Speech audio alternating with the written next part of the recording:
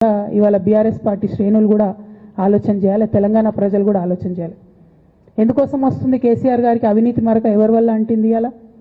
అది ఆలోచన చేసుకోవాలి కదా మనం కూడా.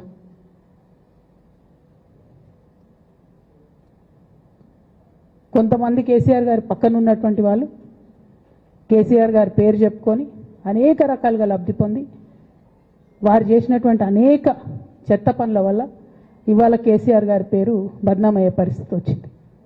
అయినా మళ్ళీ వాళ్ళనే మోస్తాం, అయినా మళ్ళీ వాళ్ళనే ముందుకు తీసుకెళ్తామని అనుకుంటే పార్టీ ఎట్లా ముందట్టుకుపోతుంది? ఒక బిడ్డగా నిజంగా నేను బాధపడతా ఉన్నాను. ఇవాళ 5 సంవత్సరాలు ఇరిగేషన్ మంత్రిగా చేసినటువంటి హరీష్ రావు గారిది మేజర్ పాత్ర లేదా దీంట్లో?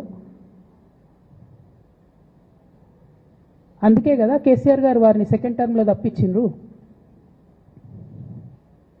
ఈ మొత్తం కాళేశ్వరం ఎపిసోడ్లో కేసీఆర్ గారికి మరక అంటిందంటే 2-3 వ్యక్తులు కారణం. మాజీ రాజ్యసభ సభ్యుడు ఒకలైతే హరీష్